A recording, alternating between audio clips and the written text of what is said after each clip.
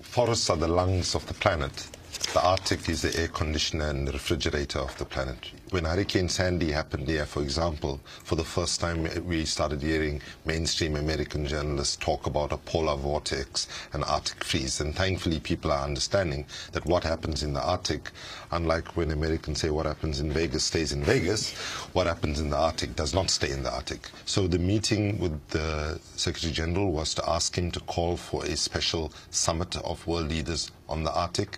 Thankfully, he didn't obviously comment immediately, but he said he will consider and consult.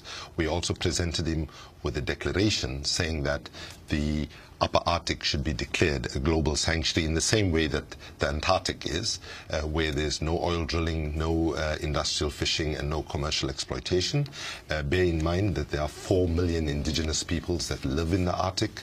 They've lived in a delicate balance with nature, and they have and their livelihoods have already been impacted. So from both a human rights and an environmental perspective, we believe that protecting the Arctic is now a critical imperative, and thankfully the Secretary General completely supports us. The question is, how do we get powerful nations that feel that they have a claim on the Arctic to back down? And you've made that appeal to a half dozen nations that are in the Arctic. What has been generally the track record or the response of these nations? Well, Finland is the first Arctic nation that supports our call. They've come out in saying that they will support the sanctuary. Sadly, the United States, Canada and Russia are the ones who are wanting to explore for oil and gas. I mean, President Obama is still considering giving Shell a license to explore in the Alaskan Arctic. We know that you might remember the story of the Arctic 30 from last year. That oil now is actually coming out of the Russian Arctic. But the important thing is that there's 6 million people already who have joined actively this campaign, and it is the strength of that support that Ban Ki-moon created half an hour in his schedule to see us last week. So many people live so far away from the Arctic and they think it's just another world.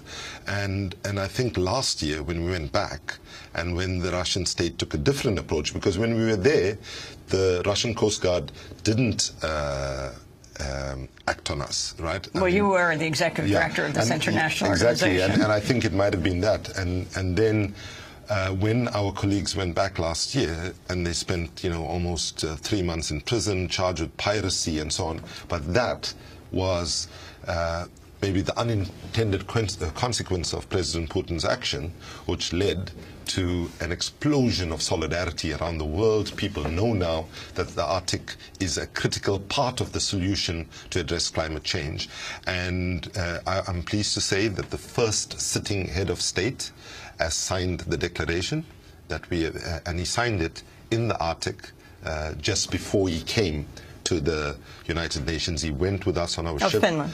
No. The president of Kiribati, President Tong, went with us to the Arctic, and he got out on the ice and he signed it. And one of the most amazing things, while he was signing it, a little polar bear appeared on a ridge, far above.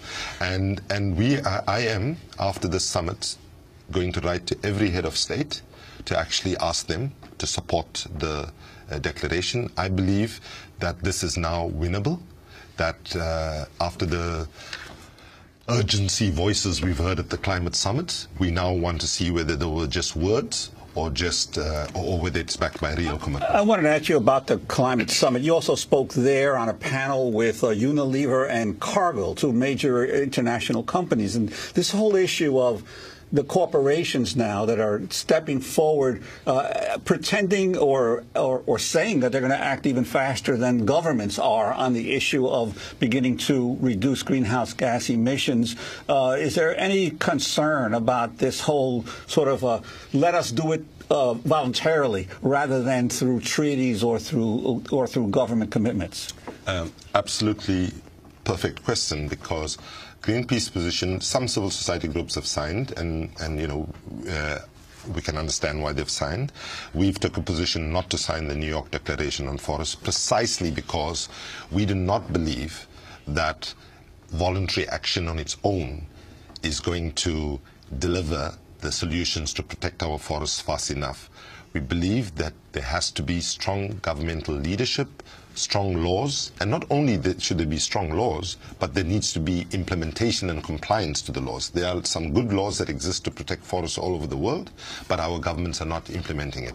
However, when companies do take a step in a positive direction, we will push, we'll accept it, and we will encourage them to go further. But we do not have the faith that companies that have destroyed our forests, who have made billions of dollars from destroying our forests, are going to actually suddenly become overnight sort of good citizens, and to the extent where they will act with the scale of ambition and urgency that the situation calls for. Kumi, what do you take back to Durban, South Africa, where you live? The largest climate march happened on Sunday. On Tuesday, this UN climate summit that you participated in. Some described it as this kind of self-congratulatory fest that they were concerned would lead to less regulation because all the countries and the corporations were saying, say, we're doing a great job.